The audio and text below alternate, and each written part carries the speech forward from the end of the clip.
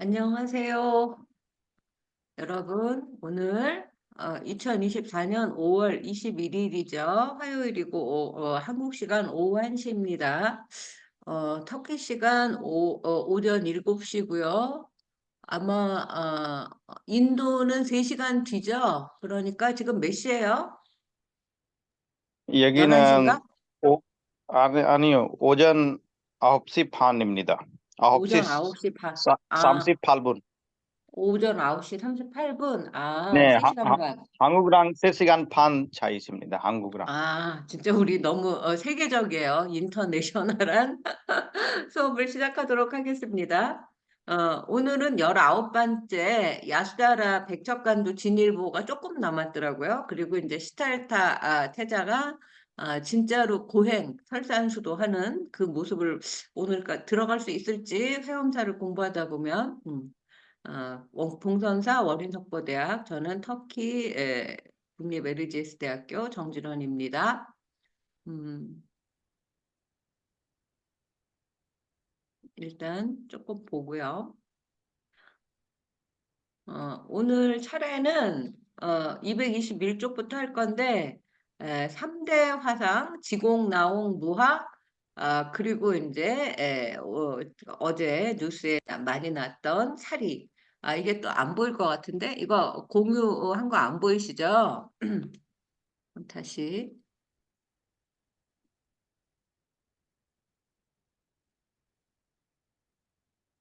예, 보이시죠? 단독 회암사로 돌아온 보스턴 부처살이 환수 과정은 기적.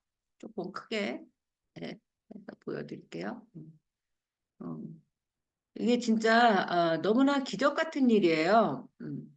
해문 문화재 제자리 찾기 대표 이분이 봉선사 스님이었다가 지금은 이제 스님이 아니에요. 그래서 그런 이야기를 잠깐 해드렸는데 예, 20년 동안 노력을 한 끝에 사리만 돌아온 거예요. 그리고 김건희 여사가 작년에 미국의 보스턴 미술관을 갔었대요. 그 다음부터 이제 거기에 회암사 이 사리 이 장엄구와 사리가 있는 걸 알고 국가 차원에서 이제 노력을 해가지고 어저께 그저께 회암사의 사리가 제자리로 돌아왔다는 이야기인데 이게 원래 보스턴 미술관에 있는 사리를 넣는 그릇 이거를 보통 그 사리 장엄구 장엄은 이제 그 잘 모시는 그릇이란 뜻이에요. 근데 이걸 안 줬어요. 이 그릇을 안 주고 알맹이인 사리만 주겠다고 한 거예요. 그래서 지금 우리 신문에 나오고 그 뉴스에 나오는 건 이건데 이걸 이 스님이었던 해문 이제 그 대표님이 직접 만들었어요. 이거를 보고 그대로.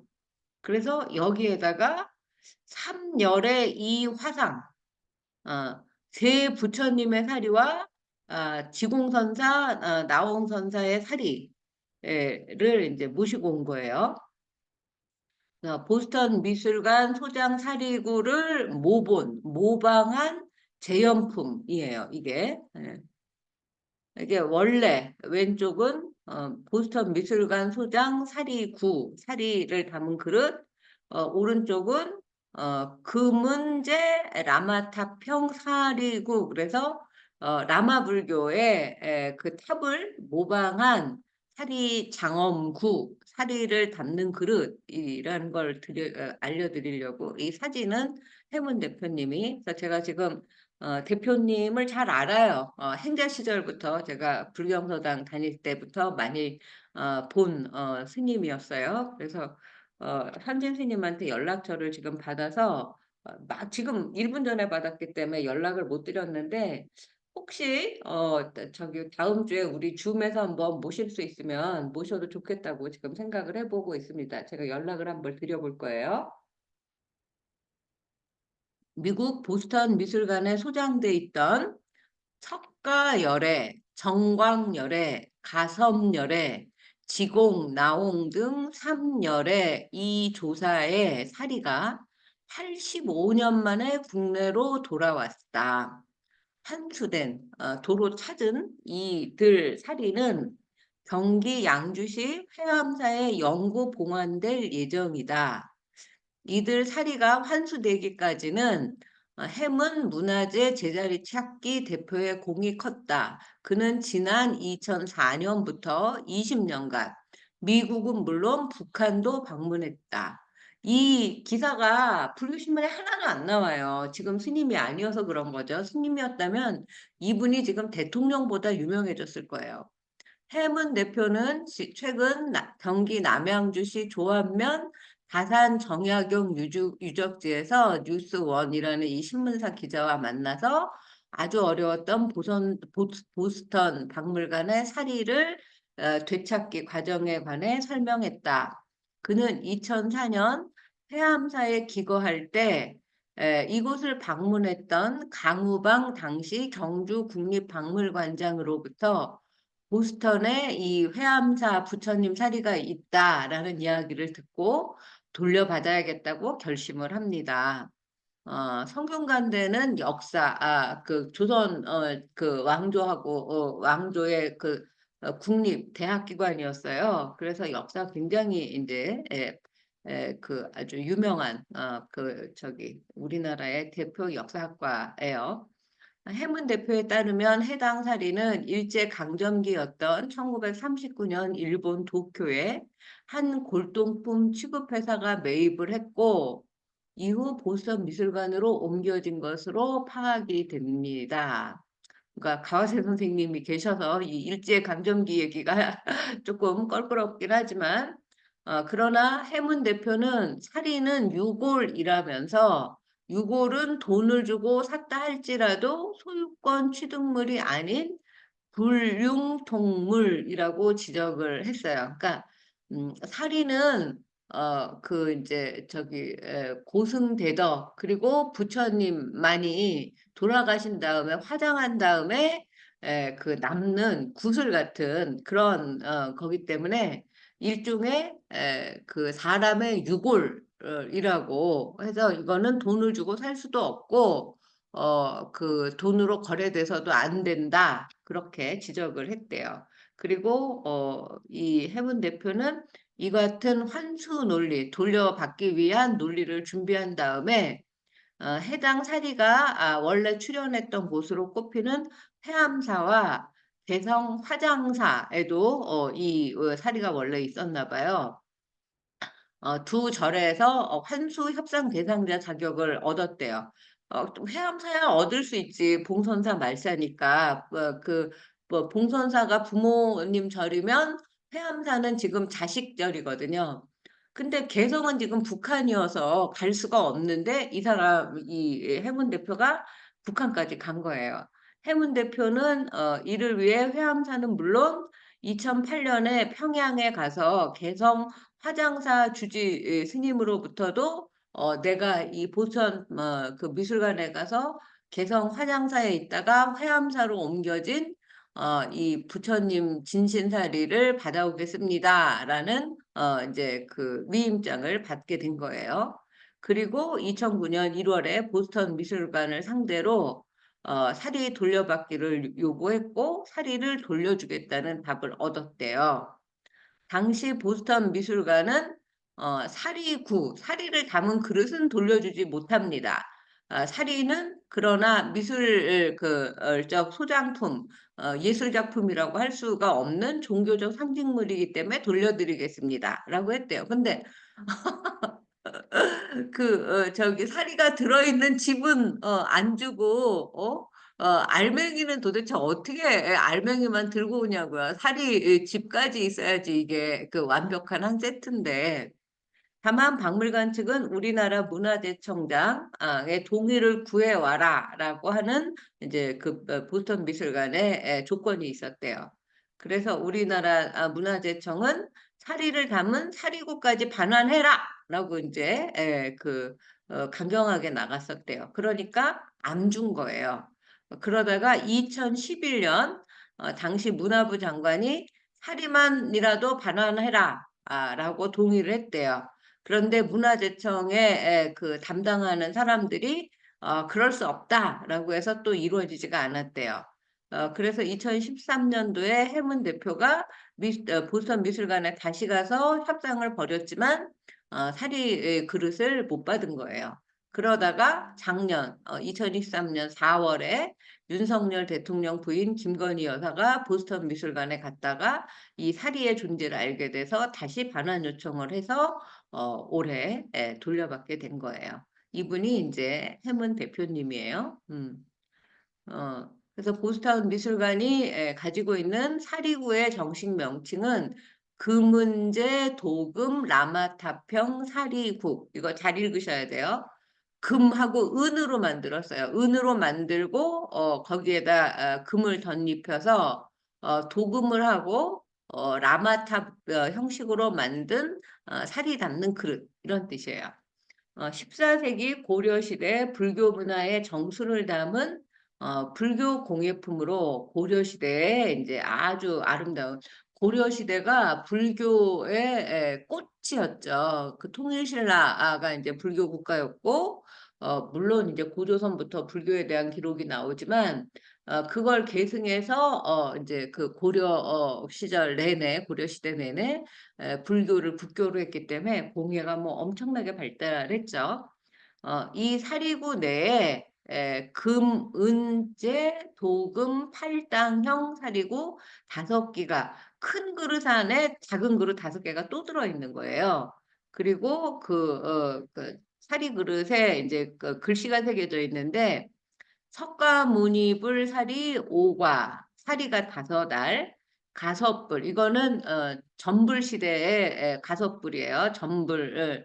그러니까 이제 석가모니불이 출현하기 이전에 과거 7불이 있었을 때 가섭불이 있었죠. 그 다음에 정광불은 우리 월인석보 1권에서 공부했던 연등불이에요.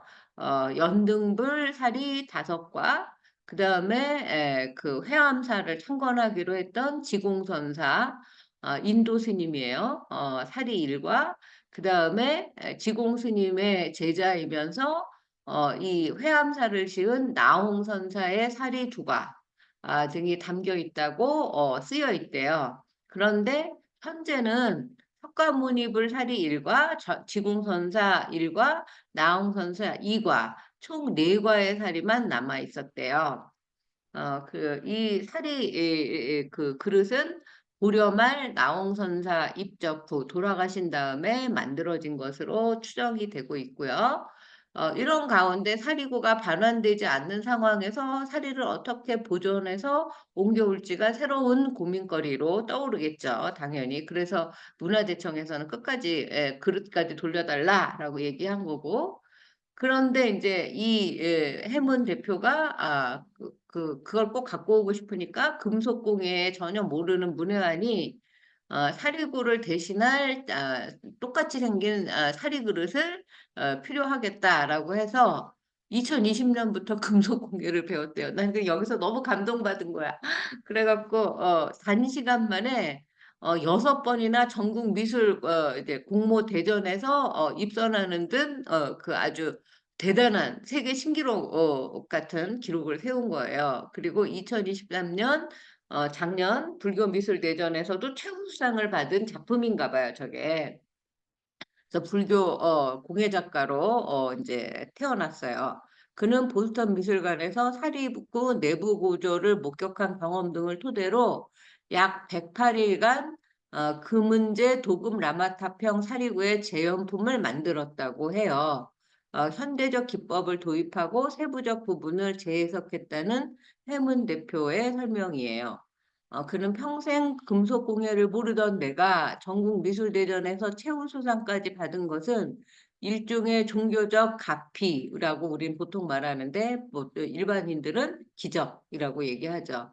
보스턴 사리의 영험담이 나를 이끌었고 미술에 대한 재주까지 부여한 게 아닌가 한다. 사실 역사 공부한 스님이었던 전적에 이 사람이 미술에 대해서 알면 얼마나 알았겠어요. 나는 지금 이건 진짜 부처님 가피라고 생각해요. 영광이고 기적의 체험이다라고 말했어요.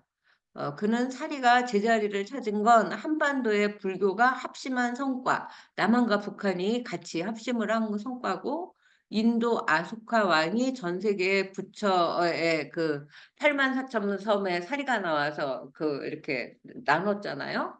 전했듯이 예로부터 부처님의 진신사리는 왕명으로 움직였다. 국가 원수의 부인이 사리 환수 과정에 개입해서 이 한국으로 옮겼으니 사리 이윤의 격조가 더 품위가 높아졌다라고 해석했대요. 그래서 김건희 여사가 요새 사치스럽고 명품 가방이나 뇌물로 받고 아주 뭐 나쁜 그 이미지로 많은데 이 회암사 사리 옮겨온 걸로 가장 잘한 일로 나중에 역사에 기록되지 않을까 싶어요. 해문 대표는 이번 사리 환수에 앞서 4년간 공을 들여서 6.25 전쟁 때 미군 병사가 몰래 빼돌린 뒤 미국 로스앤젤레스 라크마 박물관에 소장하고 있던 조선시대 문정 왕후 어버를 환수하는데도 기여를 했대요. 그러니까 우리가 계속 전쟁과 일제 강점기를 통해서 우리 문화재가 너무나 많은 곳으로 이제 사라졌죠. 근데 문정 왕후는 회암사를 중창한 마지막 왕비예요. 그래서 우리가 문정 왕후하고 그 허응당 보호대사를 굉장히 나쁜 이제 사람으로 많이 알고 있는데 이분에 대한 논문도 내가 다시 한번 써야 되겠다라고 어저께 결심했습니다. 그는 작년에 그 보물로 지정돼 있던 이순신 장검, 이순신의 큰 칼도 이제 국보로 승격이 필요하다고 국회에 가서 알리고 국보로 지정하게 만들었대요. 이 해문 대표의 역할이 얼마나 큰지 알 수가 있죠. 양주시는 대한불교 조계종 제25교구 본산 봉선사와 함께 19일 양주 회암사지에서 대한불교 조계종 회암사와 함께 주최하는 사리 이윤, 사리를 옮긴다는 거예요. 어디에서 보선 그 미술관에서 회암사 그 자리로 그거를 환지 본처라고 말해요. 기념 문화 행사를 엽니다. 이후에 사리는 양주시립 해암사지 박물관 내부로 모셔져 불자 및 일반인에게 공개될 예정입니다. 라고 되어 있네요. 그래서 다시 여기로 돌아오면 제가 해암사에 대해서 조금 찾았어요. 해암사는 경기도 양주시 천보산 하늘천 보물 보자예요. 어떤 산이 굉장히 이게 아마 우리나라 풍수지리 전문가들도 거의 뭐 5대 명승지라고 하든가 굉장히 좋은 자리에 회암사가 있습니다. 고려 후기 승려 지공 스님이 보통 우리 지공선사라고 불러요. 인도의 나란타사를 본떠서 건립한 절이고 지금 그 절은 다 조선시대가 또 유교의 나라였기 때문에 문정왕후가 돌아가신 다음에 이 그 유교를 믿는 사람들이 불을 질러요. 그래서 지금 터만 남아 있어요. 그 내용은 대한불교 조계종 우리 봉선사가 25개의 이제 본사가 있는데 25번째 본사예요. 그리고 그 본사에 본말 중심절이 있고 이제 가지 그 나무로 치면 가지 말자인데 그 말사입니다. 1328년 충수광 15년에 인도에서 원나라를 거쳐서 고려에 들어온 지공 화상, 지공 선사 전부 다 스님을 높이는 그 이름이에요. 인도의 날란타사를 본떠서 266칸 보통 우리가 궁궐이 100칸이 넘기 때문에 99칸까지만 왕이 아닌 사람은 지을 수가 있어요. 아무리 부자라도. 근데 지금 몇 칸? 100칸도 아니고 66칸의 대규모 사찰로 중창을 했고 1378년 나홍 화상이 중건했어요. 고려시대에 이미 이렇게 고려시대 최고 최대의 절이었어요. 그러나 지공 선사가 와서 이 절을 짓기 전에도 1174년 고려시대 명종이에요. 조선시대도 명종이 있습니다.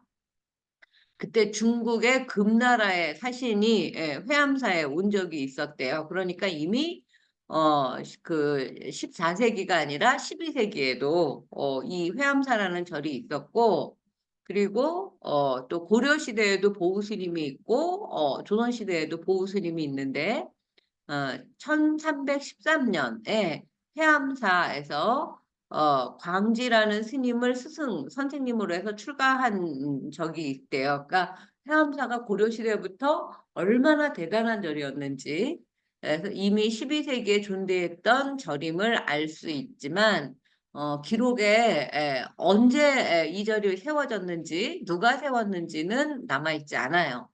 그리고 고려시대 말 전국 사찰의 총본산이었어요. 그러니까 고려시대 최고의 국찰이라고 부르면 돼요. 나라가 이제 제일 지금 뭐 조계종의 제일 큰 상징적인 절은 조계사잖아요. 그렇지만 고려시대의 최고의 절은 해암사였던 거예요. 그리고 지금은 봉선사의 자식절 말사지만 옛날에는 해암사의 말사가 봉선사였어요.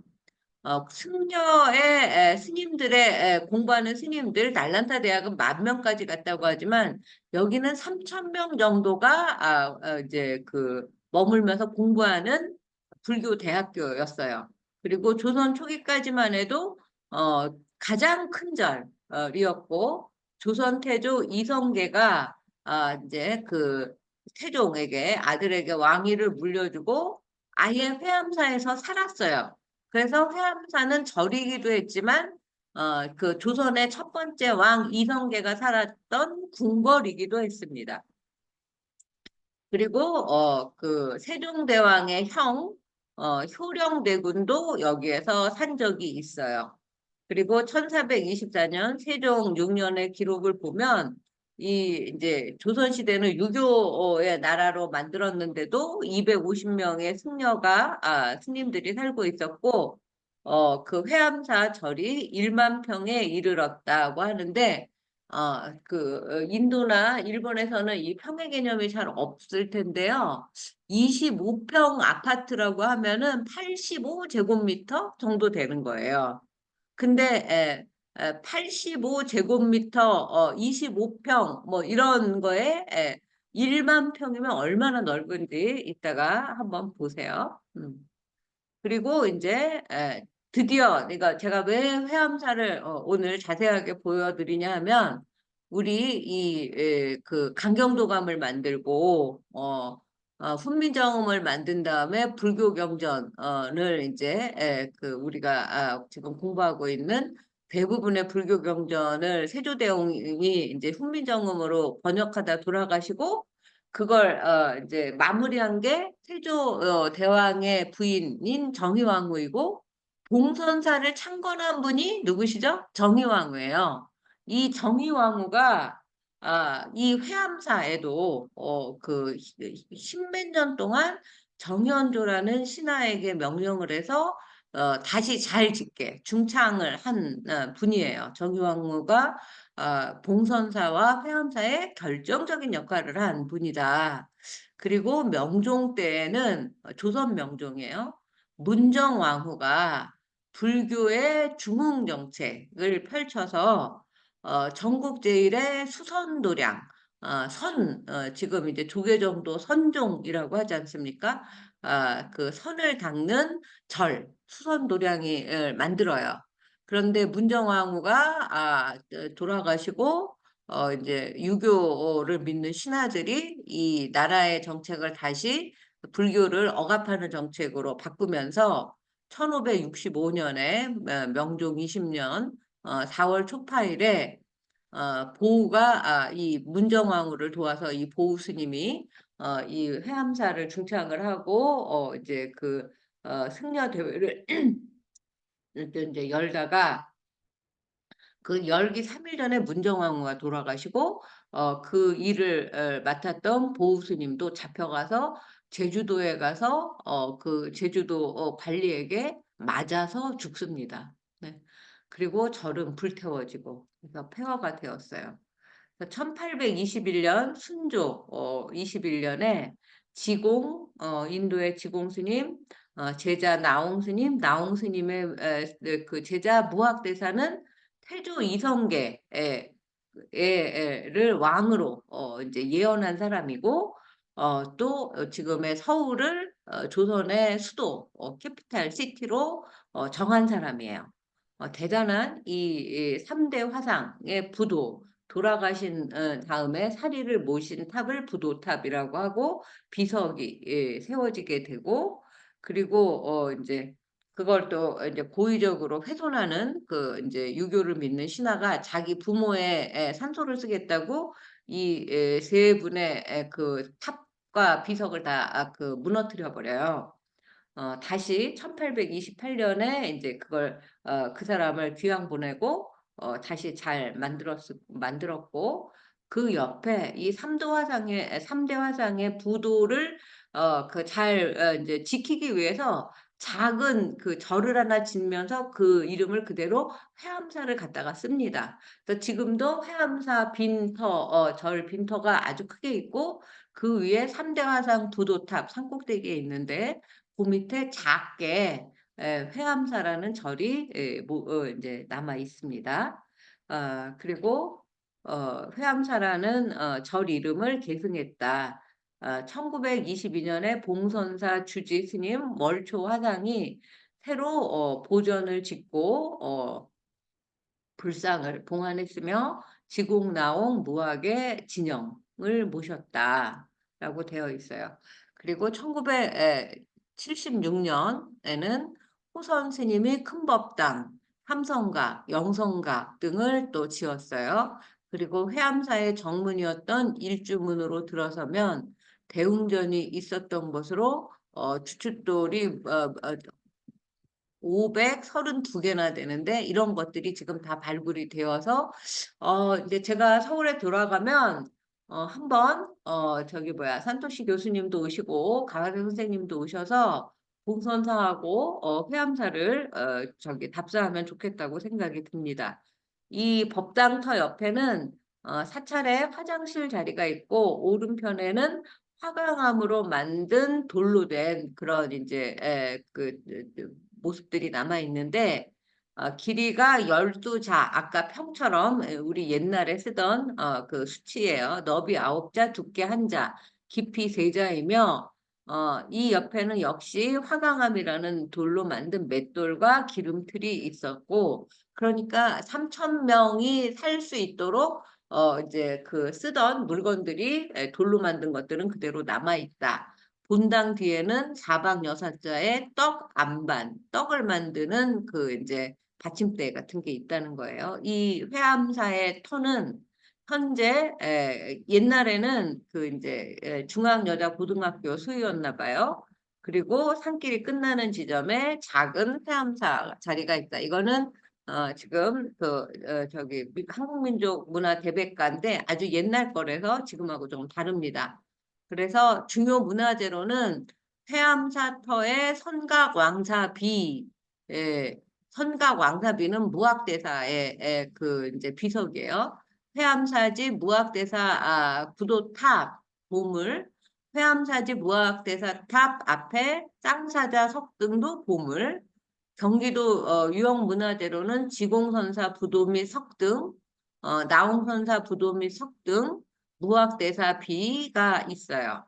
그리고 해암사지 사리탑은 1974년 그 경기도 문화재로 됐다가 2021년에 보물로 승격이 됐고 이 옛날에 이 빈 절터는 1964년 역사 유적으로 지정이 되었고 97년부터 대규모 발굴 조사가 20년 동안 이루어져서 지금은 회암사 박물관에서 그 나온 유물들을 보관하고 있고 저는 이 1900, 요, 이제, 임묵 스님이 97년, 그때쯤에, 그 주지 스님으로, 회암사 주지 스님으로 있어서, 그때는 자주 갔어요. 그때는 발굴이 시작되기 거의 이제 초기여갖고 이렇게까지 대단한 절인 줄 몰랐어요.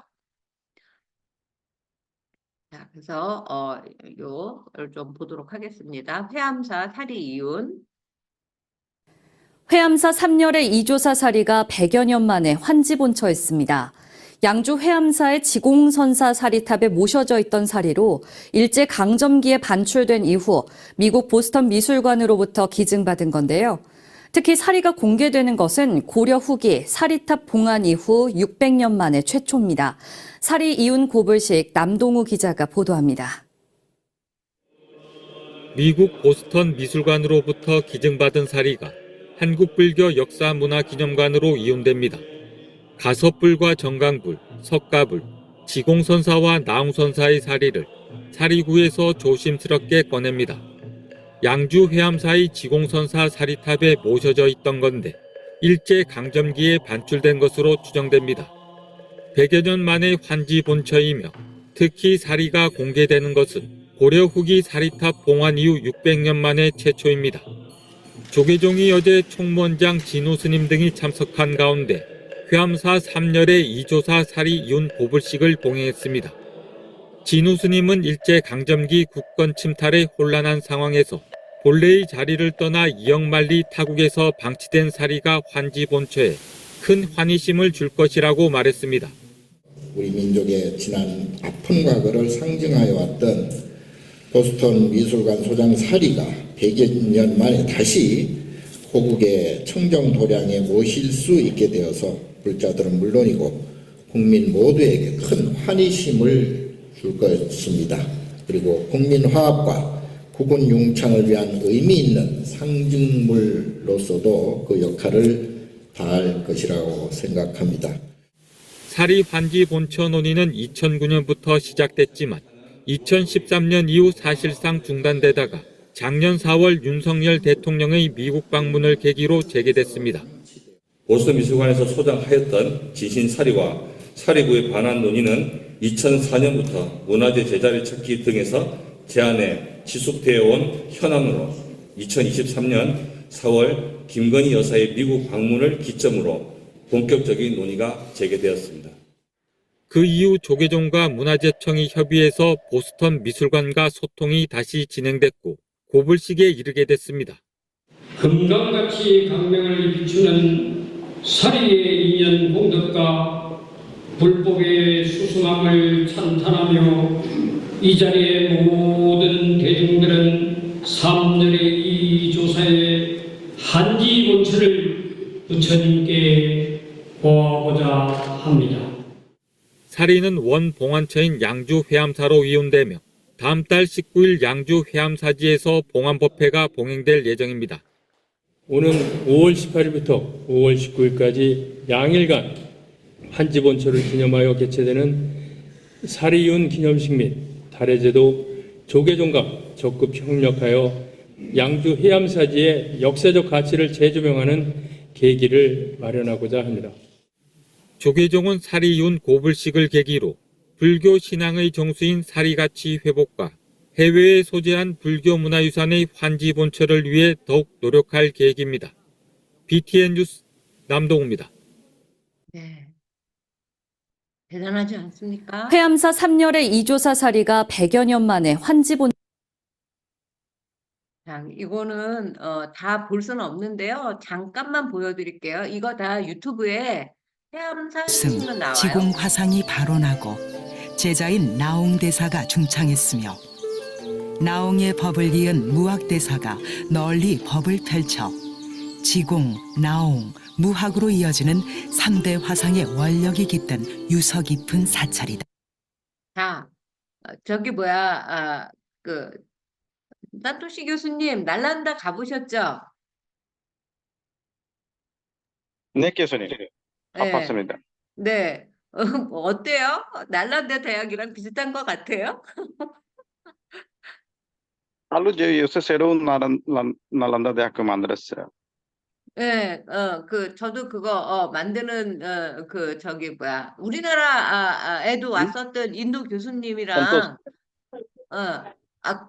그분도 산토스예요? 아니, 이쪽, 사무실 쪽도 이야기하고 있어서. 중간에. 예, 예, 예. 그분 누구죠? 날란다 대학의 총장님인지 학장님인지? 그 인도 교수님? 그때 모한 교수? 모한? 네, 네. 방카지 모한 교수님. 예, 그 부인이 한국 또 부인이죠. 그러니까 만나고 네, 왔는데 맞습니다. 근데 저기 뭐야 그 인도의 지공 화상이 여기 그 터가 날란다 대학하고 비슷하다고 했대요. 근데 우리는 날란다 인도 유적 가보신 분들 계시죠? 어, 평지인데 여기는 산이거든요. 근데 산에 어떻게 이렇게 넓은 땅이 있는지 잘 모르겠어요. 근데 이게 그 지공스님이 날란대 대학하고 비슷하다고 했대요. 이게 10,000평이래요. 한번 보세요. 회암사에 대한 조선의 태조 이성계의 애정은 각별했는데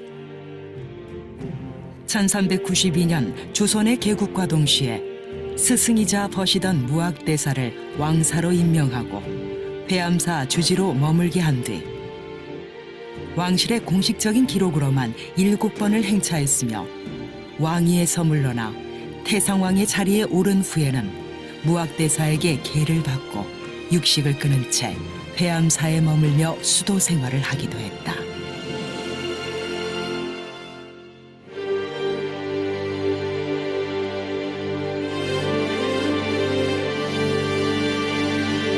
자, 요거 보면 소요산에 지금 뭐가 있죠? 자제암이 있죠? 그 소요산의 자제암의 주지도 월인석보 자문 스님으로 나옵니다. 그러니까 지금의 소요산 자제암에 이성계 첫 번째 조선 첫째 왕이 계시다가 이번에는 양주 천보산 회암사로 행차했다. 회암사를 중수하고 다시 잘 중건해서 짓고 또 궁궐을 지어서 머물면서 살려고 했다. 그래서 이제 그 아들인 태종이 태조 이성계 아버지의 뜻을 이제 그렇게 하지 마십시오 하기가 어려워서 대부 150명을 보내서 그 일을 하게 했다. 이런 이야기가 나오고 이건 이제 다 못 보니까 이게 이제 많은 학생들과 선생들을 제작하게 됩니다. 연세대 신규탑 바로 그곳에서 선생인데 훗날 제자가 된 나홍선사를 만나게 됩니다.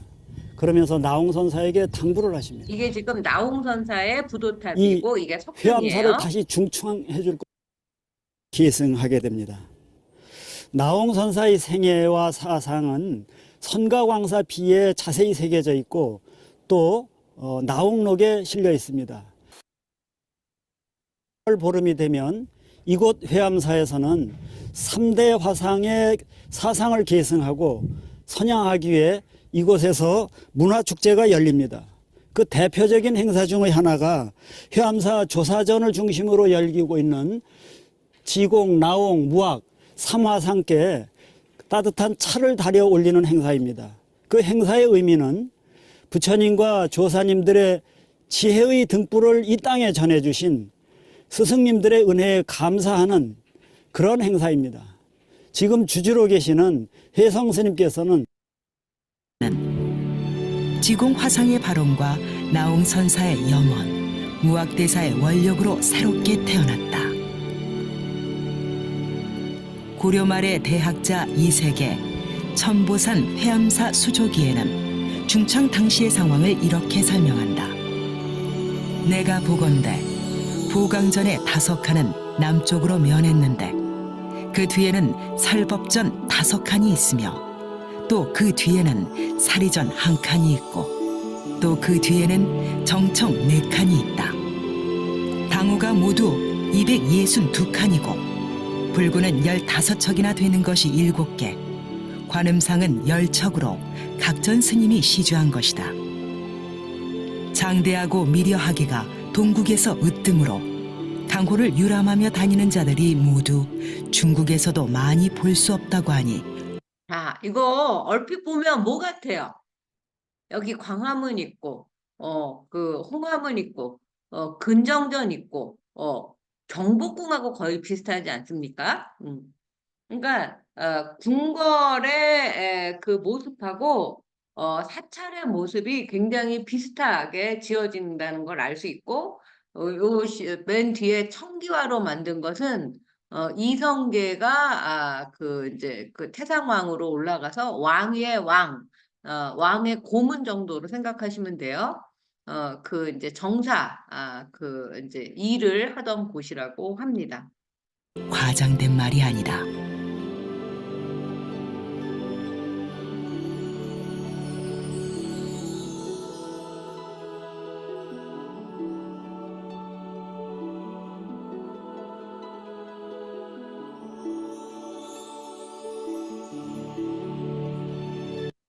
이색이라는 사람의 묵은집에 그 이제 이색이 쓴 그 책 이름인데요.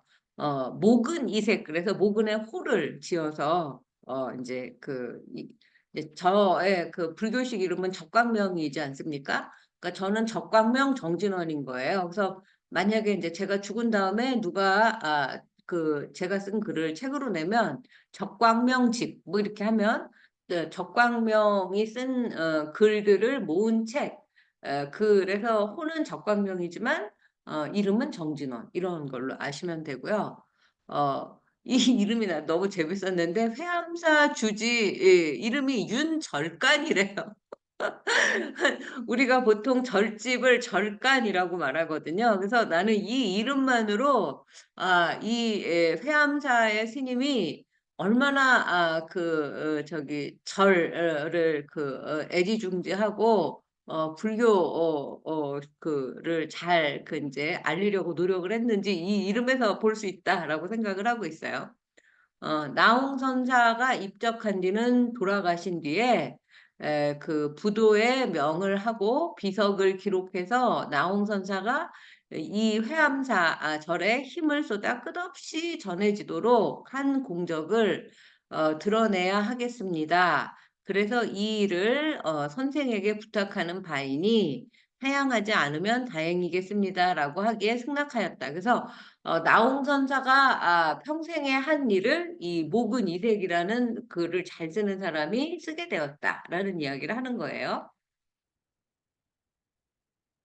대장경 한지를 회암사에 신압하게 됩니다. 또 성종대에 이르게 요거 또 이제 모형이긴 하지만 이렇게 궁궐 못지않은 대단히 큰 절이었다. 되면은 세종의비 정의왕후를 비롯해서 그 이후에 문종, 그다음에 세종 이런 분들께서 왕실에서 제가 들게 되면은 칠칠제를 지내게 되는데 그 중에 가장 중요한 마지막 제인 7번째 제를 이곳 회암사에서 봉행되었음을 알 수 있겠습니다. 궁궐의 중심 건물에만 놓여 있는 토수, 용수, 잡상 등과 같은 장식기와이며 그 밖에 궁궐에서만 사용되고 있는 도자기 등이 이곳 회암사터에서 발굴되는 것으로만 볼 때도 이곳 사찰이 왕실 사찰로서 위용을 보여주고 있음을 충분히 증명해 주는 것임을 알 수 있겠습니다. 이게 전부 다 회암사에서 나온 유물들이에요. 태조 이성계 이후에도 왕가의 관심과 지원이 계속되는 가운데 회암사에 사용된 문양 하나, 그릇 하나에도 조선 왕실의 품격이 담기게 된다. 지금은 비록 부서지고 훼손됐지만 조선 최고의 장인들이 빚어낸 조각이며 도자기들이 이를 증명하고 있다. 이 같은 회암사의 위상은 조선 중기까지도 계속 이어지게 되는데 그 정점이 문정 왕후가 조선을 이끌던 시기였다. 조선 중기 이후 우리가 가장 주목해서 봐야 될 인물은 중종의비 문정왕후이십니다. 명종즉 이후 수렴청정을 맡은 문정왕후는 많은 불사를 하는 것은 물론이려니와 그 밖에 성가를 부활하고 또 도첩제도를 부활하고 나아가서는 불교의 각종 제도를 정비하는 대대적인 불사를 하게 되었습니다. 명종 18년이 되던 1563년에는 대대적인 회암사 불사를 시작하게 됩니다. 이 중창불사는 약 2년에 걸쳐서 완성되게 되는데 불사가 완성되자 낙성식을 겸하여 무차대회를 열어서 전국의 많은 고승들과 주변 사람들을 대상으로 법회를 열게 됩니다. 불교 중흥을 위해 대대적인 개혁을 펼쳤던 보우대사와 문정왕후. 두 사람의 큰 뜻은 회암사 중창으로 모아졌고, 문정왕후는 약사 3존도, 석가 3존도 등 총 400점의 불화를 제작하기도 했는데, 고려 불화의 전통을 계승하면서도 조선의 새로운 화풍을 반영한 수작으로 세계적인 평가를 받고 있다. 그런데 그만 무차대회가 개최되기 2년 전에 명종의 외아들인 순해 세자가 13살이라는 어린 나이에 세상을 떠나게 되었습니다. 문정왕후의 슬픔은 이루 말할 수 없었습니다. 그리하여 문정왕후께서는 명종의 무병장수와 자손 창성의 뜻을 담아 전국의 화공을 모아서 400여 점에 달하는 불화를 조성하게 되었습니다. 이러는 동안 전국 유생들로부터의 상손을 이루 말할 수 없었고, 그러면서도 계속 무차대회는 박차를 가해가게 되었습니다. 이렇게 준비되었던 무차대여건만 이 무차대여도 여법하게 해양되지를 못했습니다.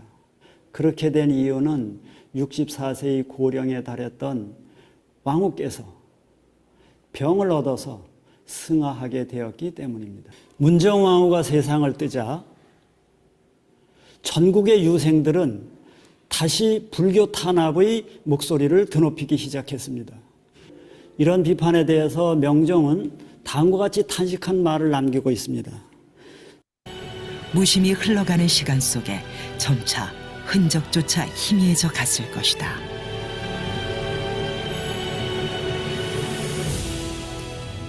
이 회암사가 자, 여기까지 보도록 하겠습니다.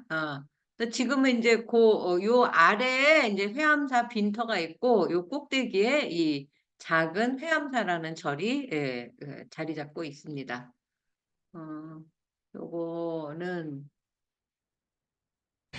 조선 초까지 왕실 사찰로 번영을 누리다 그런 수수께끼처럼 사라진 경기도 양주의 회암사가 그 모습을 드러내고 있습니다. 대대적인 발굴 조사가 성과를 내고 있는 건데요. 양주시와 불교계는 세계문화유산 등재를 추진할 계획입니다. 선재희 기자입니다. 지금 잠정 목록에 천보산을 등진 광활한 터. 6만 제곱미터가 넘는 이곳은 500년 전 회암사라는 사찰이 있던 자리입니다. 6만 제곱미터래요. 양주 회암사는 1328년 인도 승려 지공이 창건했고, 고려 공민왕의 왕사를 지낸 승려 나옹이 다시 지었습니다. 이후 무학대사가 왕실 사찰로 크게 발전시킵니다. 스님들이 공양을 하면은 내가가 그냥 이 쌀뜬 물이 뿌옇게 내려갈 정도로다가 그렇게 스님들도 많고, 태조 이성계도 회암사에서 말년을 보냈습니다. 양주에 가 계시는 아버님께 문안 인사를 여쭐 때가 되었습니다. 실록에 나오는데 4차례 이상 여기 행차를 하시고, 상황이 되신 이후에는 아예 회암사에 궁실을 짓고 머물러 살았다는. 한때 승려가 3,000명이 넘을 만큼 번영을 구가했던 회암사. 하지만 16세기 중후반 역사의 무대에서 홀연 사라집니다. 남아있는 기록이 없어 절이 사라진 과정은 수수께끼로 남았고, 지금은 절터를 내려다보는 산기슭에 지공과 나옹, 무학대사의 부도탑만 남아있습니다. 그렇게 500년에 이르는 기나긴 침묵 끝에 회암사는 차츰 옛 모습을 드러내고 있습니다. 20년 동안 12차례 발굴 조사를 통해 과거 회암사의 공간 구성이 14세기 불교 사상의 교류를 건축학적으로 구현한 사례였음이 확인됐습니다. 2012년엔 박물관도 세워졌습니다. 건물지가 발굴 조사를 통해서 한 70여 개소 이상 나왔는데, 그중에 35개소 이상에서 온돌 유구가 나왔어요. 그래서 회암사지가 저희 국내 최대 온돌 유적이기도 하고요. 양주시와 불교계는 지금까지 확인된 발굴 성과를 토대로 유네스코 세계문화유산 등재에 도전할 계획입니다. KBS 뉴스 선재입니다.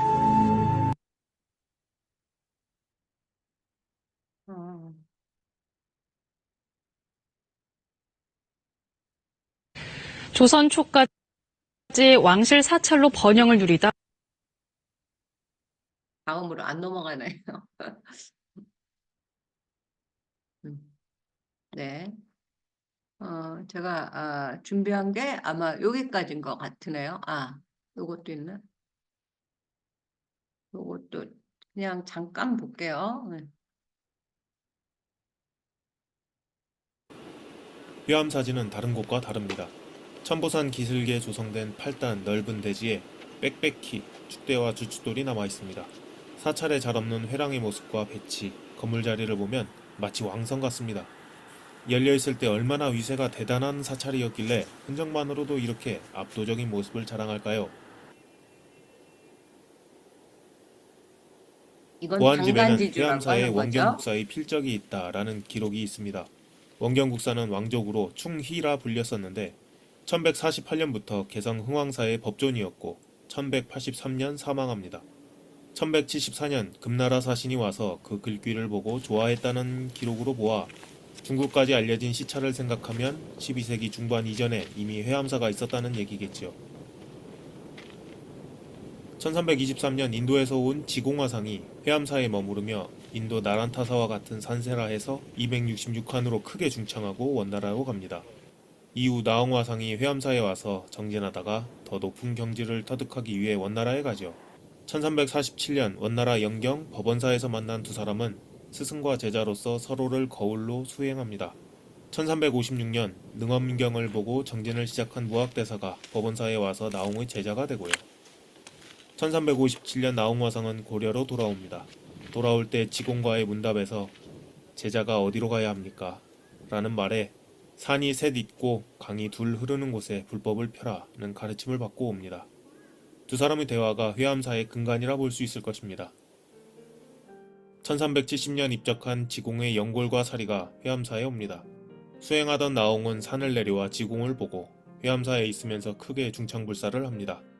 1376년 나홍화상이 고려조정의 명에 밀양 영원사로 가다가 여주 신력사에서 죽는데 지공이 말하던 삼산양수가 회암사였던가 봅니다.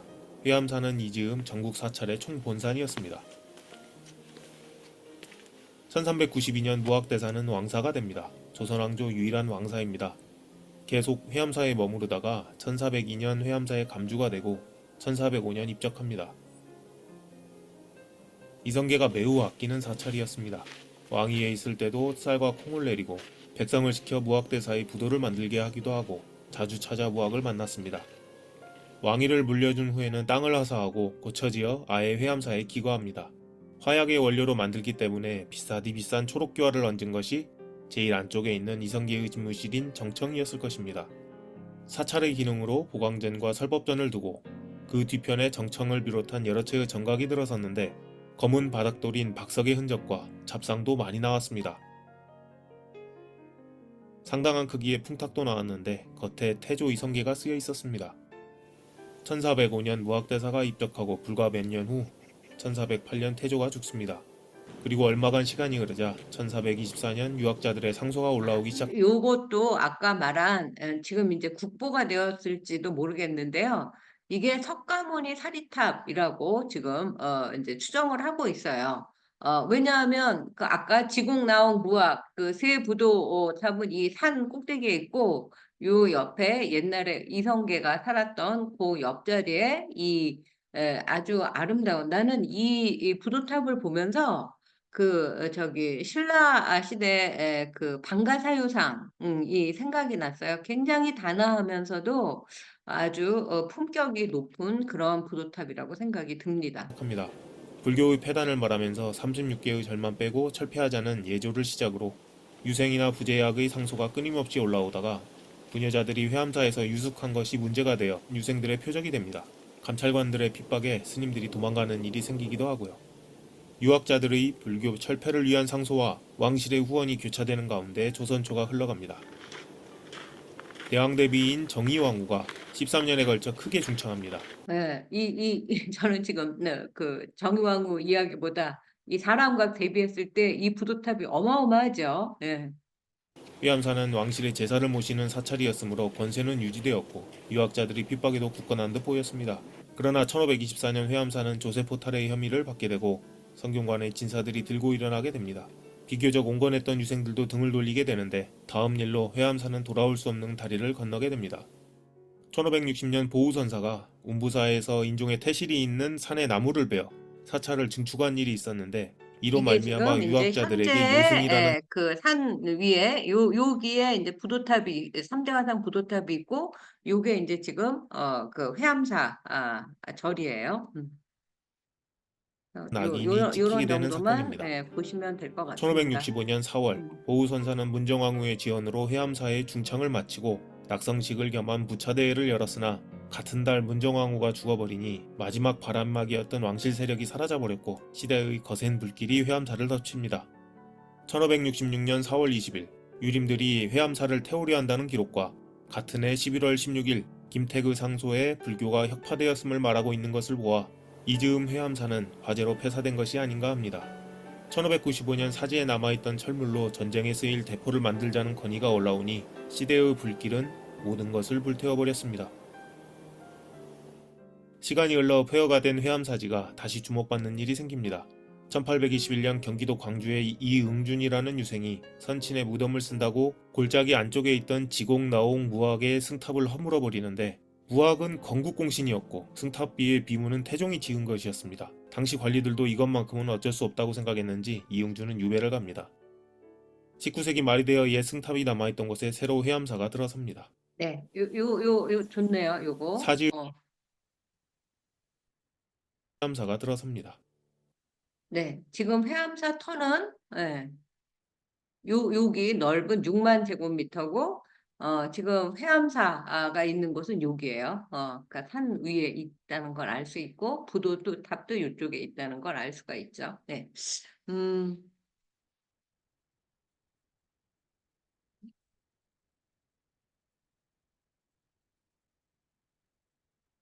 감사합니다. 네. 어떻게 보셨어요? 회암사가 정말 대단한 절인 걸 잘 아시겠죠? 원유혜 선생님, 어떻게 보셨어요?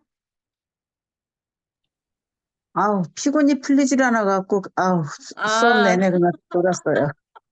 그러셨어요? 그 회암사, 그 이웃나라 하는 행사에 갔다 오셨어요?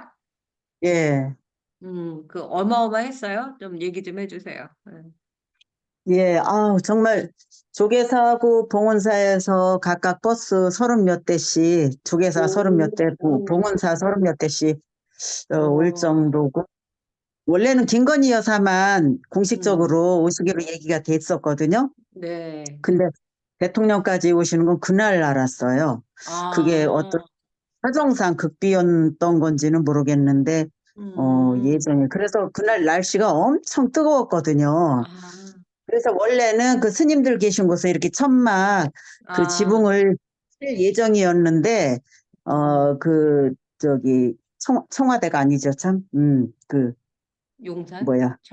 예. 대통령실? 네. 경호실 요청으로 아예 그 설치를 못 해갖고 스님들이 고생 엄청 하셨어요.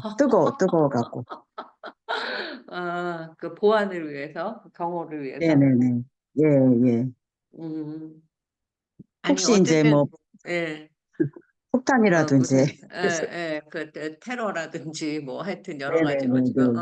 근데 제가 이제 아까도 처음에 얘기했듯이 대통령 부부가 아주 그 뭐라고 할까 이미지를 높이는데 굉장히 큰 역할을 이번 이거 회암사 사리 요인식에서 굉장히 최소한 불자들은 이 대통령 부부에 대해서 굉장히 하여튼 좋게 생각을 하게 됐을 거라는 이제 그 마음이 들고요. 그리고 사실은 나는 장엄사리구가 어쩜 이렇게 반짝반짝하고 진짜 일부러 갖고 오기 위해서 뭔가 이렇게 잘 다시 이렇게 닦고 빛나게 했나 보다 그랬더니 아예 새로 만든 거였고 그것이 봉선사 스님이었던 그 해문 대표의 작품이라는 걸 알고 제가 하여튼 굉장히 깜짝 놀랐어요. 어저께 제가 하루 종일 이제 회암사에 대해서 찾아보면서 내가 지금 봉선사하고 해암사를 동격으로 놓고 자꾸 말을 헷갈리게 하고 있는데 감동이 대단하지 않습니까? 가와세 선생님 어떻게 보셨어요? 회암사? 가와세 선생님? 마이크 켜주세요. 네. 마이크 켜주세요. 지금 마이크가, 됐어요. 재미있게 보았습니다. 근데 네. 양주가 어디에 있습니까? 양주. 양주가 그 봉선사 우리 갔었죠. 광릉, 수목원. 네. 경기도. 거기를 경기도, 같은 동네라고 보시면 돼요. 그래서 그렇습니까? 네, 그 봉선사에서 조금 떨어져 있는데 얼마 정도 떨어져 있죠? 보살님? 1시간? 1시간 안 걸려요. 1시간 안 걸리군요. 네, 한 3, 40분? 30분. 아니, 차로. 자동차로. 예, 네, 자동차로. 승용차로 한 30분. 30분, 40분. 30분. 네. 가와 선생님 가보고 싶죠? 예, 기회가 있으면 가고 싶습니다. 예. 제가 이제 9월에는 반드시 있어야 돼요, 서울에. 그러니까 그때 진짜 그 사찰 빈터 폐사지라는 말 저는 쓰고 싶지 않은데 이제 절이 폐지됐다, 없어졌다 이런 것보다도 황룡사 빈터 좋듯이 회암사 빈터도 너무 좋은 거예요. 그래서 이 절을 우리가 좀 되살리는 방법을 한번 생각을 해보면 좋겠다라는 그런 또 지금 다시 보면서도 제가 어저께 하루 종일 이 회암사에 관련된 자료들을 찾고 이렇게 좀 봤거든요. 네, 진짜 감동이 밀려옵니다. 지금 제가 또 하나 뭘 또 보여드리고 싶은 게 있는데,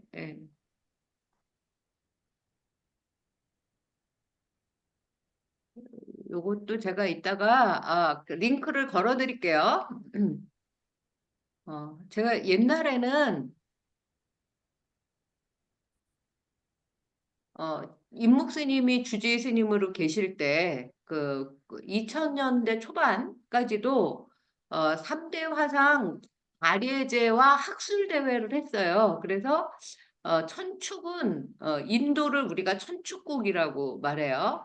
인도의 스님 지공이 고려 시대 스님 나옹에게라고 하는 지금 법보신문에 이재영 기자님이 이제 그 편지를 보낸 거를 썼는데 이런 내용들이 나와요. 인도의 마가다국 왕자였대요, 지공 스님이. 8살 때부터 이제 아버지 임금이 이제 병이 나서 기도하려고 출가를 했고, 날란다 그 절에서 경률론 3장을 공부했다고 하고, 스리랑카에 가서는 이제 선적인 깨달음을 얻고, 티베트를 거쳐서 그때 중국 나라 이름이 원나라였는데 거기에서 또 왕의 명을 받아서 고려에 오고, 고려에 와서 석가모니를 이제 칭송을 하고 제자 나옹이 이제 고려 시대의 스님인데 깨달음을 얻은 다음에 지공 선사를 만나러 중국에 가서 직접 뵙고 제자가 되고, 지공이 너는 나의 제자다라는 인가를 받고 또 중국을 순례를 하고 고려로 돌아와서는 회암사를 중창한다, 이런 내용들을 이제 여기에 쓰여져 있다는 거예요. 그런 이야기들이 이게 지금 쭉 나오면서 지금 이 분이 회암사에 모셔져 있는 지공 스님이에요. 여기에 뭐라고 썼나? 잘 보면 보일 텐데 잘 안 보여요.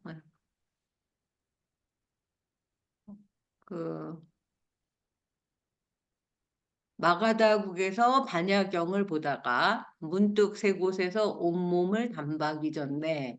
그때 만일 하늘을 찌르는 뜻이 있었더라면 남첩축으로 가서 보명을 배웠던가. 원나라에서 조용히 앉았음에 아는 사람 없었으나 천지를 진동시키는 소리 있었네. 이제 오도송 같은 거를 이제 시로 남긴 거고요. 그리고 여기 보시면 지공 스님의 부도. 우리 저기 어디 갔었죠? 거기 법주사 뒤에 있는 거, 복천함에 갔을 때도 신미대사 부도도 이 모양으로 똑같이 생겼어요. 그래서 그때 같이 신미하고 학조 제자 스님, 여기도 지공 스님의 부도탑하고 제자 나홍 스님, 나홍의 제자 무학대사가 조금씩 다르지만 비슷한 모양으로 그 부도탑이 세워져 있고, 이분은 지금 나홍 선사인데, 제가 그때 그 3대 화상 다리의제와 학술대회 할 때 나홍 스님의 시 고루가라는 거를 이제 분석을 한 적이 있었어요. 그리고 이게 이제 조금 여기 위에가 좀 다르죠. 이게 나홍선사 부도탑이고 석등이고요. 그리고 요게 지공선사고 요게 지금 나홍선사죠. 그리고 요게 무학대사, 요 그림이 지공이 가운데 있고 나홍이 오른쪽에 계시고 요 분이 무학대사. 근데 이게 1920년대 그림인데 조금 좀 잘 그렸으면 좋겠다고 생각했는데, 지금 그 TV에 나오는 거는 이제 새로 그린 그림인 것 같아요.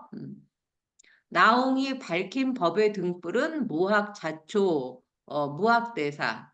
그리고 내가 그 책은 나홍 해근이에요. 그래서 그 책은 반장님이 그냥 반장님이 아니로구나라는 생각을 했어요. 무학자초와 하남 혼수에게 이어졌고, 기나긴 불교를 억압하는 시대에도 이 불교의 등불은 꺼지지 않았다. 특히 지공과 나홍 그리고 태조 이성계의 왕사였던 무학대사는 3대 화상으로 칭송이 되며 수많은 사찰의 영점이 봉안되고 불교 의례에 포함이 됩니다. 그래서 새로 절을 지을 때 이 지공, 나홍, 무학 3대 화상이 증명법사가 되어 주십시오라고 하는 그런 이제 예불문이 있습니다. 나홍에 의해 크게 중창된 회암사도 조선시대 대표적인 왕실 사찰이고 불교 최후의 보루로서 16세기 후반에 그 유교를 공부하는 유생들에게 불태워질 때까지 그 역할을 다한 대단한 절이었습니다. 라는 이야기를 하고, 이제 이 이재영이라는 기자가 글을 쓸 때 여기에 뭐 여러 그 책을 했는데 제 그 논문도 나홍 화상의 고루가 텍스트 분석이라고 하는 제 이름으로 쓴 옛날 논문도 참고를 했다라고 이렇게 나와 있어요. 여기까지 오늘 회암사에 대해서 그리고 3대 화상에 대해서 공부를 해 보았습니다. 그러면 바로 이어서 221쪽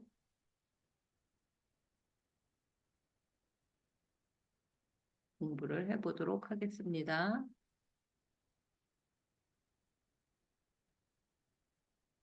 자, 지난번에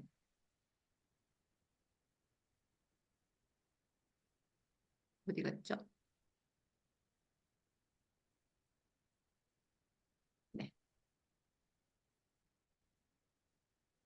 부이가 또는 야수다라가 시달타 태자의 부인이었죠. 6년 만에 출가한 지 6년 만에 아들 라후라를 낳았을 때 그 왕실 석가족의 사람들이 불구덩이에 빠뜨리려고 했어요. 그럴 때 이 라후라를 안고 불구덩이에 뛰어들면서 뭐라고 했죠? 여기 다시 한번 볼까요?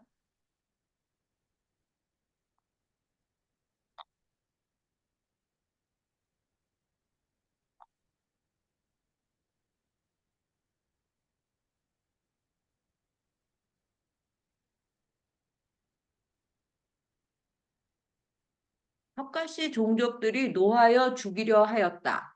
야수가 불피운 구덩이 앞에서 맹세하시되 내가 잘못했으면 아기와 내가 함께 죽고 옳다면 하늘이 증명을 하시리라 하시고 아기 안고 뛰어드시니 그 구덩이가 연못이 되고 연꽃이 몸을 받거늘 왕이며 나라의 사람이 그제서야 의심을 하지 않았다. 이 이야기가 나오죠. 그래서 그 이야기 이후에 머린 청강지곡으로 노래를 어떻게 했느냐? 60번째 노래예요.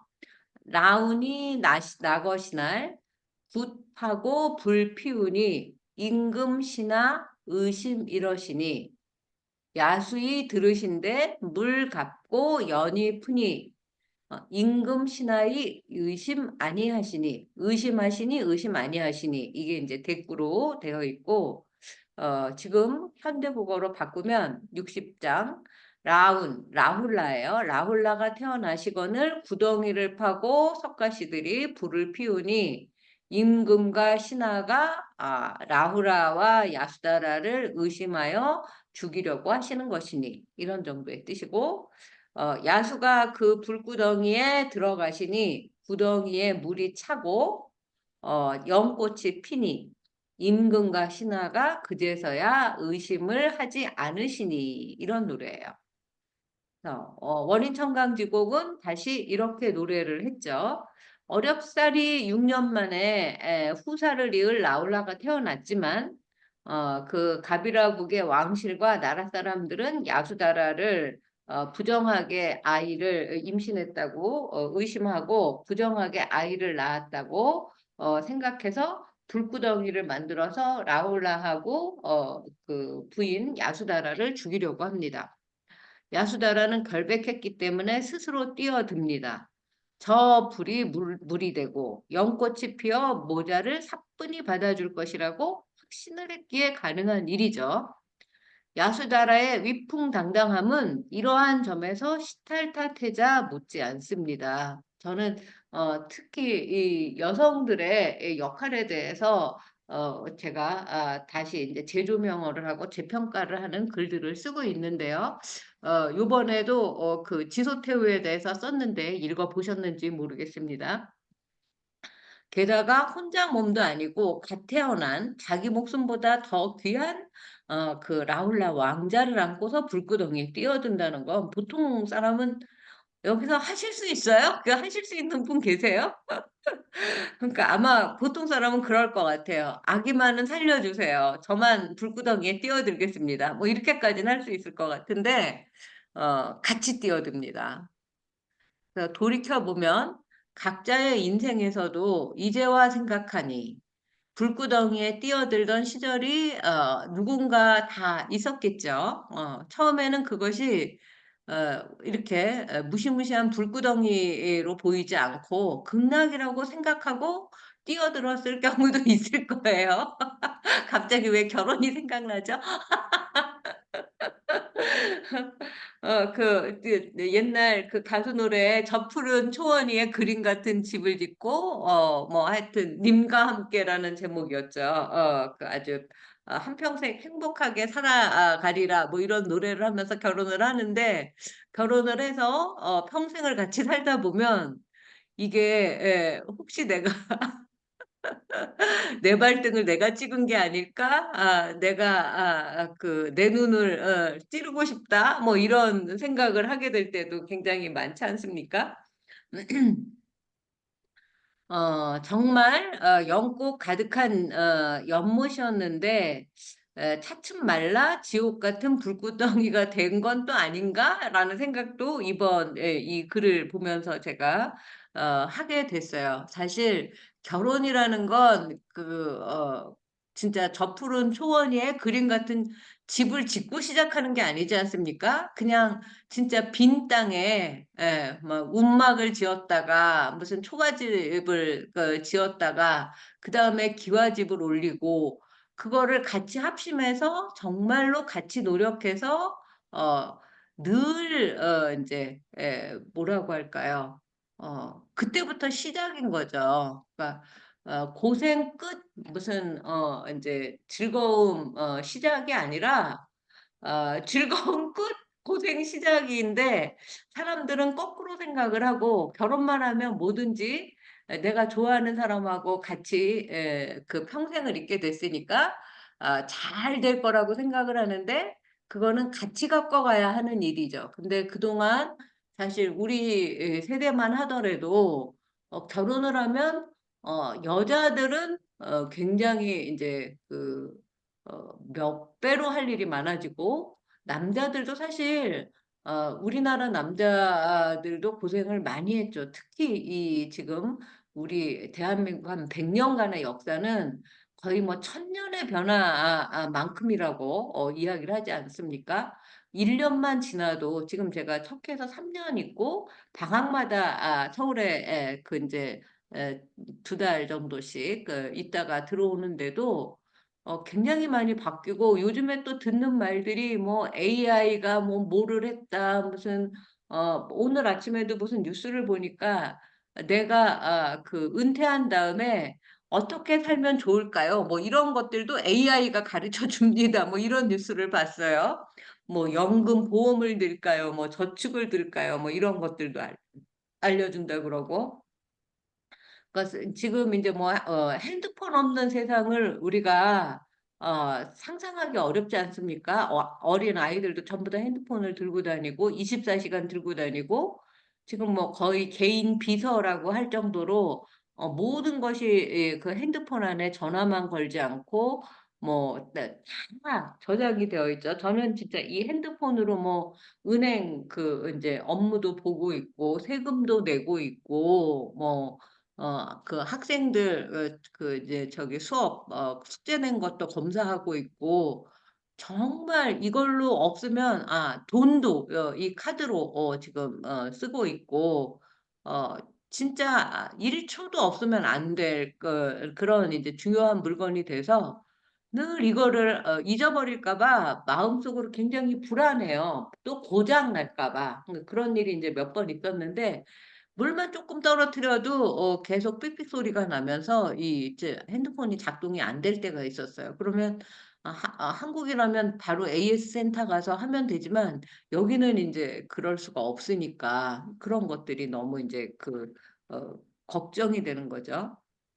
그래서 핸드폰만 하더라도 그러네요. 꼭 결혼까지 안 해도 처음에는 이게 굉장히 편리한 물건이라고 생각하고 지금도 편리한 것임에 틀림없지만 이게 만약에 잃어버린다든지 그러면 내 모든 연락처 그리고 모든 내가 저장해 놓은 기록해 놓은 메모들 이런 것들이 다 날아가고 뭐 요새는 별별 비밀번호가 많지 않습니까? 막 그런 것들도 다 이제 핸드폰에다가 기록을 해놨는데 이거 없어지면 어떡할까? 이거 이제 저기 뭐 하다못해 배터리가 방전이 돼서 작동을 하지 않으면 어떡할까?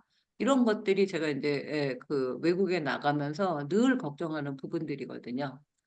처음에 그것이 불구덩이가 아니라 극락이라고 생각하고 뛰어들었건 정말 연꽃 가득한 연못이었는데 차츰 말라서 지옥 같은 불구덩이가 되었건 이거는 다 자기 하기 나름인 것 같아요.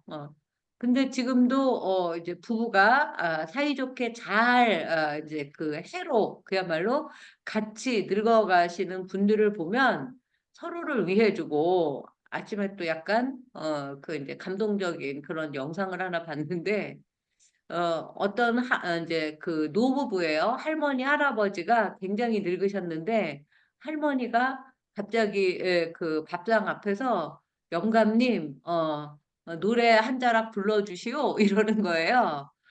죽으면 못 들은 게 뭐 이렇게 그러니까 우리나라 할아버지들이 보통 무뚝뚝한데 그 할아버지는 그렇지 그러면서 죽으면 못 들은 게 그러면서 노래를 이제 아주 한 자락 멋지게 하는데 그러니까 할머니가 막 울어요. 그러니까 할아버지가 노래를 부르다가 또 자기도 눈물을 닦아요. 그러니까 무슨 이마 그강을 건너지 마오 뭐 그런 이제 사이좋은 할아버지 할머니 영화도 만들어졌었지 않습니까? 이제 그것들이 연상이 되면서 그러니까 서로에게 그렇게 연민을 하고 서로가 한평생 고생 같이 하면서 잘 살아온 것을 감사하고 그렇게 말이라도 한마디 따뜻하게 하고 밥상머리에서 우리나라에서는 무슨 노래야라고 하는 그런 문화 속에서 이제 살아왔는데 그 이제 낮에는 서로 나중에는 서로 이렇게 그 측은히 여기는 이런 마음이 정말 아침에 감동이었습니다. 우리에게 그런 선택의 시간은 한두 번쯤 있기 마련이죠. 문득 야수다라의 화려한 결혼, 막 뭐 그 나라에 있는 모든 그 이제 그야말로 요즘 말로 핸섬 가이들, 막 출중한 외모와 출중한 능력을 가진 이제 청년들이 시합을 벌여서 야수다라하고 결혼을 한 게 시달다 태자 아닙니까? 그렇게 해서 화려한 결혼을 했는데 원치 않는 별거 출가를 해버리죠. 그리고 6년 동안이나 이제 늦어진 출산 이런 일련의 스토리텔링이 어쩌면 그 야수다라에게는 결혼 자체가 아름다운 허상에 불과한 불구덩이라는 생각을 하게 되지 않았을까 이렇게 또 여겨지기도 합니다. 여러분들은 결혼을 어떻게 생각하시나요? 이혼과 비혼이 많아지는 이 즈음에 이 선택이 과연 연꽃핀 연못일까 가늠해 봅니다. 이제는 뭐 저의 결혼보다도 이제 자식의 결혼을 또 생각하게 되는 그런 이제 시절이기도 하죠. 불구덩이와 연못은 사실 둘이 아니라고 생각이 듭니다. 내가 어떻게 가꾸느냐에 따라서 불구덩이가 되기도 하고 모든 일이 연꽃핀 연지, 예, 연꽃이 피어있는 연못이 되기도 하는 것 같다라는 생각이 들어요. 솔직히 저는 이제 결혼 생활을 27년 정도 했고, 이제 결혼하기 전에 남편을 알고 지낸 지는 4년, 그래서 한 31년 정도를 이제 그 한 사람과 이제 평생을 같이 했는데, 지금 이제 와서 생각을 해보면, 굉장히 좋은 사람하고 내가 결혼을 했었다라는 생각이 들고 그때 이렇게 이제 그 남편이 떠날 것을 알았다면 누구든지 미래에 어떤 일이 일어날 줄 알면 미리미리 잘 했겠지만 그럼에도 불구하고 그때 잘해주지 못한 거는 미안하고 약간 그 이제 미련도 남고 후회스럽기도 하지만 그래도 잘 살았다. 그리고 감사하다. 오늘도 이제 제가 이 수업하기 전에 여기는 아침인데 아침 7시에 시작을 하거든요. 여기는 근데 아침마다 이제 제가 그 차나 커피를 새로 내려서 그 이제 인사를 하고 기도를 드려요. 근데 오늘은 무슨 말을 했냐면 날씨가 좋아서 감사하다라는 말을 했어요. 요새 날씨가 20도 정도의 그 저기 온도 차이가 나서 아침 저녁에는 춥고 낮에는 이제 덥고 감기도 잘 걸리고 그러는데 어쨌든 몸이 건강한 거. 진짜 건강하기만 하면 뭐든지 다 할 수 있을 것 같다는 생각이 들거든요. 그래서 여러분들의 오늘 공부할 수 있을 만큼의 건강, 우리가 이 줌으로 온라인 수업으로 얼굴을 대면할 수 있는 여러 환경과 조건, 지금 카톡을 보니까 이 부회장님은 일이 있어서 못 들어온다고 하시는데 어쨌든 이렇게 만날 수 있는 그런 인연들이 다 이렇게 화합이 된 오늘 하루가 굉장히 즐겁고 기쁘고 행복하고 감사하다 이런 생각을 하게 됐어요. 그래서 어저께도 학생들한테 일체 유심조라는 말을 가르쳐 줬는데 좌우명으로 하기에 좋다. 그러면서 그러니까 모든 것은 마음먹기에 달렸다. 이런 말을 같이 가르쳐 주면서 이제 그런 이제 그 오늘은 무엇으로 행복할까? 오늘은 눈을 뜨면 어떤 좋은 생각을 할까? 그걸로 하루를 시작해 보자. 이런 이야기를 했어요. 그러니까 지금 어, 터키에서는 5월 말, 지금 5월 말이죠. 뭐 한두 번만 더 이제 수업을 하면 이제 학기가 끝나고 6월 초에 기말고사를 보고 성적을 내면 한 6월 중순이면 다 끝이 납니다. 그리고 또 이제 우리 딸이 일본에서 지금 회사 다니면서 생활하고 있는데 드디어 3년 만에 저를 만나러 터키에 와요. 우리 딸은 그 4살, 5살에 왔다가 지금 한 20년 만에 다시 오는 거여가지고 굉장히 기대가 되는 한 주일입니다. 여러분들은 오늘 하루 어떻게 시작을 하셨고 또 이번 주 어떻게 보내실 예정이고 그리고 또 봉선사를 다니시는 이제 분들은 이 봉선사가 진짜 제가 저기 호 선생님이 정말 복이 많은 주지스님이시구나라는 생각을 했어요. 좋은 일들이 계속 생기고 너무나 큰 중창불사를 봉선사가 더 넓어지고 더 건물이 많아지고 하는 거는 그렇게까지 제가 이제 찬성하는 편은 아닙니다만 그래도 사람들이 많이 오고 북적북적하고 절에 사람이 많아진다는 거는 우리가 보통 절간 같다라는 표현을 할 때 절이 굉장히 빈 집 같고 한적하고 조용하다 할 때 집이 왜 이렇게 절간처럼 조용해요? 라고 하지 않습니까? 근데 지금 봉선사는 뭐 매일이 축제 한마당인 것처럼 느껴져요. 그 사리 이운식에서 해암사로 가는 모습도 그렇고 그 모두가 다 봉선사 주지스님, 호선스님이 이제 대표로 이제 나서서 이루어지는 일이 아닙니까? 근데 아까 처음에 이야기했듯이 봉선사로 출가한 이 문화재 제자리 찾기 대표 해문 그 거사님, 해문 대표님의 공로를 잊어서는 안 된다.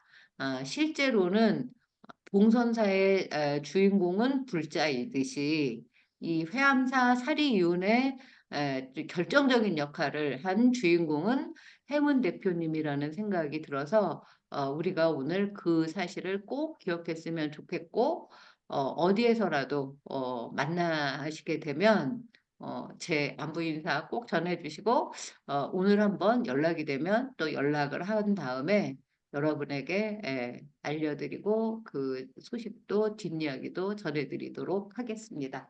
자, 오늘 조금 길어졌는데 오늘은 여기까지 하도록 하겠습니다. 네, 오늘 어떠셨어요? 네, 제가 근데 지금 교수님, 네, 교수님, 한 가지 궁금한 게 있는데 네, 여기 부처님 생애에서도 보면 네. 부처님이 출가할 당시 라울라가 이렇게 태어난 걸로 돼 있는데 수업에서는 6년 뒤에 야수다라가 그 라울라를 낳았다고 이렇게 이제 하셔서 그 부분이 상당히 조금 궁금해요, 교수님. 그런 부처님 책도 있나요? 부처님 생애에서조차 라울라가 태어난 다음에 출가로 이렇게 나오거든요. 어떤 책이 그렇죠? 저는 그런 책을 잘 못 봤는데 나중에 한번 보내줘 보시겠어요? 그러니까 네, 보통은 제가 공부한 부분에서는 우리 그 6년 뒤에 태어난 이유가 그 라훌라 전생에 그 6일 동안 누군가를 잊어버리고 감옥에 가둔 일. 그다음에 또 구인은 엄마하고 같이 먼 길을 걸어가다가 짐이 무거우니까 그 전생에 그 야수다라의 엄마에게 짐을 맡기고 이제 그 소변을 본다고 이제 지체한 일 이런 이제 그런 인연 설화 때문에 6년이 늦어졌다라고 한 이야기가 우리가 지난주 공부한 내용인데 보통은 네. 그게 늦게 태어난 걸로 그렇게 이제 기록한 그 공부를 했는데 라울라가 부처님이 출가 전에 출가 전에 출가하실 라울라가 때, 네, 출가 출가하실 때도 이미 라울라가 태어나서 그래서 라울라가 그 인도 말로 장애라는 그 뜻도 출가하려고 결심을 했는데 얘가 태어나서 얘가 출가하는데 이렇게 장애라는 그런 뜻으로 배웠거든요. 그래서 많이 그 혼란스러운. 그 할 때 그 장애라는 말도 저도 그렇게 생각을 했었는데 그 장애라는 말이 그 장애가 아니다. 근데 이 내용은 석보상절 6권에 또 자세하게 나와요. 그러니까 지금 석보상절 3권 지금 우리가 공부하고 있죠. 그리고 다음에 공부할 게 이제 그 다음에 이어지는 게 월인석보 4권, 5권은 없어요. 그 다음에 석보상절 6권 이렇게 나갈 텐데 라울라가 출가하는 이야기에 또 라울라가 왜 장애라는 이름을 가졌는지 우리가 출가하는데 장애여서 장애가 아니라는 이제 이야기를 또 공부할 시간이 있을 거예요. 근데 태어날 때 그 이야기는 저는 잘 모르는 이야기여서 한번 그 관련된 이야기에 대한 그 자료가 있으시면 보내주시면 제가. 근데 늘 얘기하지만 연대라든지 이런 것들이 불교 경전마다 달라요. 그래서 19살에 출가한 설이 있고 29살에 출가한 설이 있지 않습니까? 근데 지금 여기에서는 보통 29살에 출가해서 33살에 6년 후 이제 깨달음을 얻었다고 나오는데 19살에 출가한 경전도 있어요. 그래서 제가 쓸 때 이 경전은 이렇게 써 있고 저 경전에는 저렇게 써 있다라고 이야기를 하는데 지금 제가 듣기에 그 출가 전에 라울라가 태어났다는 이야기는 저는 잘 못 들어본 그런 이제 또 설이어서 어떤 경전에 그렇게 쓰여져 있는지는 한번 찾아봐야지 될 것 같아요. 좋은 질문 감사합니다. 한번 저도 네, 찾아볼게요. 네, 저도 고맙습니다. 다시 한번, 네, 감사합니다. 네, 한 주 잘 지내시고 다음 주에 봬요. 감사합니다. 네.